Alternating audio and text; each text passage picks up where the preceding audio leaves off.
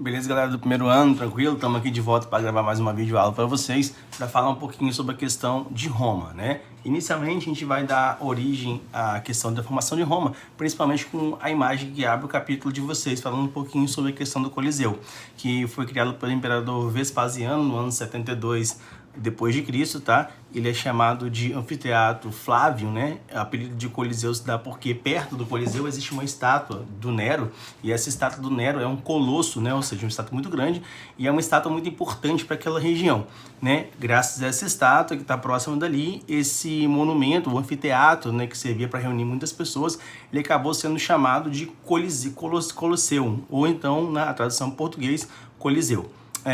Para você ter ideia, nesse Coliseu cabia, né, aproximadamente 60 mil pessoas, e elas recebiam a mais variadas tipos de batalha, né? Tipo a batalha do campo, né, batalha campal, que era feita a partir de pedaços de madeira que eram colocados, né, até também no centro, perdão, do palco, até batalhas navais. Sim, as pessoas conseguiam encher, graças à questão dos aquedutos que vinham de muitos locais distantes, conseguiam encher o Coliseu de água, né?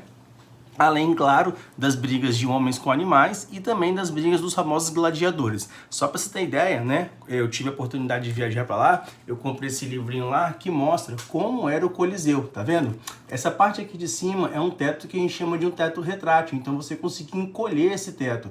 E essa aqui era a forma do Coliseu, né?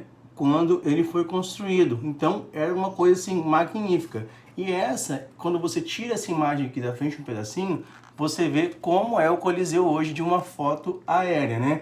Ou seja, muitos abalos que ocorreram nessa localidade, né, acabaram destruindo parte do Coliseu. E ele ficou abandonado praticamente até 1970, segundo os guias que falam e remontam a história de lá. Bom? Bem, isso aí foi a introdução do que eu queria falar sobre o Coliseu e da imagem inicial do capítulo. Nós vamos falar um pouquinho mais sobre a questão da origem de Roma, né? Roma foi fundada no século 8 a.C., às margens do rio Tibre. É uma região central da Península Itálica, né? No que a gente conhece hoje como a Península Itálica, ou seja, em grande parte, né, cerca de 100% da Itália. E como começou isso? Começou através de um mito, né, que eles contam da fundação de Roma. Segundo o poeta Virgílio, ele conta num poema da Eneida, ele fala sobre a questão do tio ganancioso dos filhos, dos meninos Rômulo e Remo, que ele teria colocado os meninos no rio Tibre e uma loba teria, no caso, resgatado esses meninos do rio e criado. E depois, quando os meninos cresceram, eles descobriram a história toda e foram lá vingar o avô deles, né, que tomaram o reino do tio-avô deles, que era o Amulho. Bom, então por isso que a loba é o símbolo principal da cidade de Roma. Tanto é que, para quem gosta de futebol vai entender um pouquinho mais, né, o símbolo do time da Roma é o quê? É uma loba alimentando duas crianças. Essas duas crianças são Rômulo e Remo. Bem, beleza? Esses romanos, eles descendem de basicamente três povos. O principal são os latinos, daí que origina a língua latim. Eles têm os sabinos e os etruscos também, que chegaram posteriormente. E a Roma vai se dividir em três períodos muito importantes e marcantes: a monarquia, a república e o império. Nós vamos começar trabalhando sobre a questão da monarquia. A monarquia de Roma, ela aconteceu de 753 a 509 a.C., tá? Quem era o monarca? Era um rei que tinha o poder administrativo, o poder militar, o jurídico e o religioso. Então uma pessoa concentrava basicamente 4 poderes em suas mãos. E do outro lado tinha uma galera que era mais numerosa, que era a galera do Senado, que era um conselho de anciãos, as pessoas mais velhas da cidade, né, que exerciam funções legislativas. O que são as funções legislativas? São funções, galera, que vão dar origem às leis de Roma. Lembrando que as leis nessa época de Roma ainda não eram escritas, eram apenas oralizadas, né? E a gente vai entender o problema disso aí mais à frente, podendo inclusive vetar leis propostas pelo rei.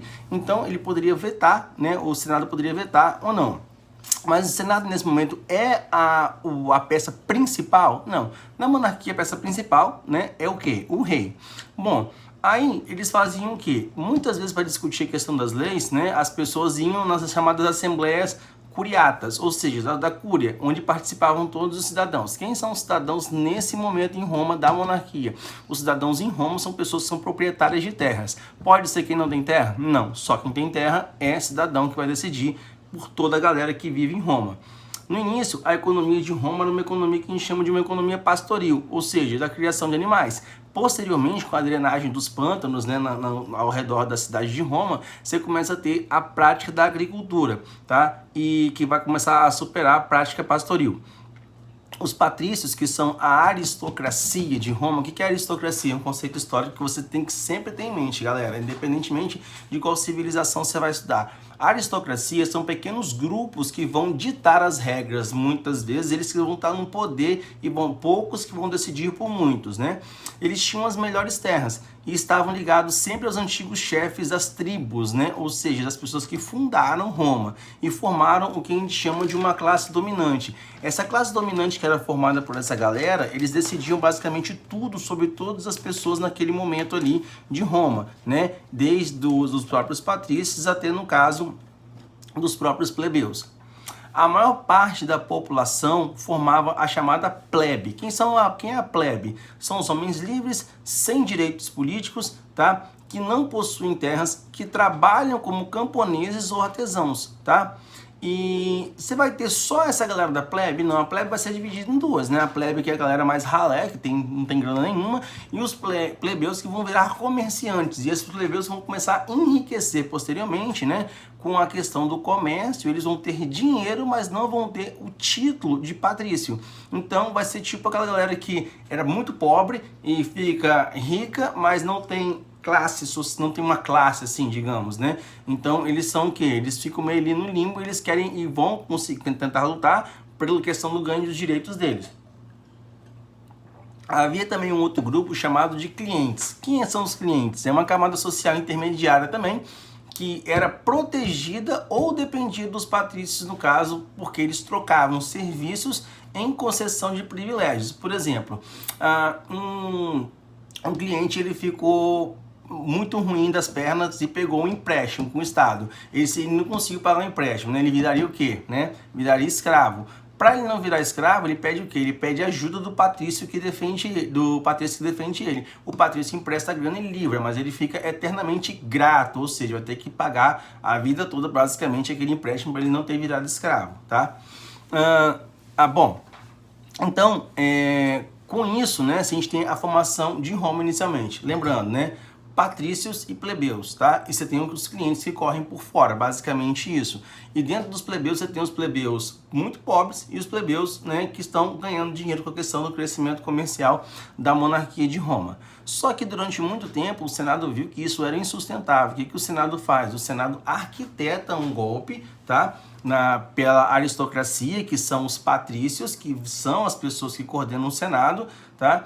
E eles vão fazer cair o último monarca. Então, os patrícios vão começar a ter o quê? A ter uma administração, o controle do poder militar, o controle judicial, o controle religioso, esses 4 poderes que estavam na mão do monarca, e além de tudo eles vão fazer o quê? Ter o poder de legislar. Então, essas 5 funções vão ser de quem agora? Né? Dos patrícios, com a chegada da República na estruturação nova do Senado. A República, que vai ser proclamada, né, quando acaba a monarquia em Roma, ela era uma nova estrutura política e administrativa. A gente viu o seguinte: sob a figura do monarca, os 4 poderes estavam na mão do monarca, vão para a mão de quem? Do Senado. E no Senado eles vão dar um jeito de arquitetar e dividir essas formas, que a gente vai entender daqui a pouquinho, né? Bom, essa forma de administração mais complexa, que é a república, acaba por adotar o escravismo, tá? Como uma diretriz mais forte, né? E além do perfil expansionista, porque a cidade começa a crescer muito e você tem o crescimento também da galera que tem grana, que são dos plebeus enriquecidos e dos patrícios que não querem perder o privilégio dele, não querem concorrer, né, com essa galera que está enriquecendo. A gente vai entender por quê. Bom, Roma, de uma pequena cidade, passa a ser dona, para você ter ideia, de todo o mar Mediterrâneo. Eles vão afirmar do chamado Mare Nostrum, né, no latim, ou então do Mar Nosso, do nosso mar, que eles vão dominar toda a região do mar Mediterrâneo, comercializando com aquela galera ali toda, né, com as antigas colônias fenícias, como, por exemplo, Cartago, ou Cartago, tanto faz, depende da sua pronúncia, né. A gente vai entender também que Cartago é uma região muito importante, a gente vai ver que isso vai ser uma forma muito fácil, muito difícil de ser conquistada, mas muito importante para a questão do domínio do mar Mediterrâneo. Bom, no Senado, que era controlado pela elite patrícia, quem são os patrícios? Os patrícios, galera, é que eu disse, a aristocracia, é o menor grupo, mas que tem mais poder. Passou a ser o órgão de maior poder. Por quê? Ele passa a administrar aqueles 4 poderes que antes eram de quem? Do monarca. O poder administrativo, o poder militar, o judicial e o religioso, fora de legislar, né? Quem era o Senado? O Senado era formado por 300 membros vitalícios. O que são membros vitalícios? Eles vão ficar ali enquanto eles estiverem vivos, bonitos, lindos e maravilhosos, né? Que decidia sobre a administração, a finança, a questão militar, a questão das tradições, a questão da religião, e exerciam ainda o poder executivo, né? Na questão do Senado, você vai ter também a questão das magistraturas. O que são as magistraturas, galera? São 5 magistraturas no total. Você tem, no caso, os cônsules. Quem são os cônsules? Havia 2 cônsules, os quais comandavam o exército, apresentavam leis, convocavam e presidiam o Senado, tá? As assembleias, os cultos públicos, tais como tinham poderes de chefes da república. Esses são os cônsules. Você tem o pretor, que é um cargo de importância inferior somente ao cônsul, pelo qual se ministrava as questões da justiça, então responsáveis pela justiça. O censor vai fazer o quê? Ocupar o poder de chefe da república, como poder da república, o pretor da justiça. O censor, responsável pelo recenseamento da população, né? O que é recenseamento? Pela contagem da população, pela coordenação das obras públicas, pela censura aos atentados contra os costumes e elaboração de um álbum senatorial, ou seja, a lista dos senadores. Os questores, que são os administradores dos recursos das finanças públicas, e por último, o edil, que cuidava do policiamento, da conservação do espaço, das obras públicas e do abastecimento e da distribuição de alimentos que existia em Roma, para ter uma situação mais controlada. E por último, né? Isso só utilizado no caso dos processos de crise, né? Você tinha a figura de um camarada que se chamava ditador. Só que o ditador, ele só poderia entrar caso houvesse uma crise interna ou uma crise externa, tá? Gerada em Roma. Para que esse cara existia? O ditador existia para garantir que quando todos os problemas que estavam sendo vivenciados naquele momento acabasse, iria acontecer o quê? Iria acontecer a volta garantida da República, beleza?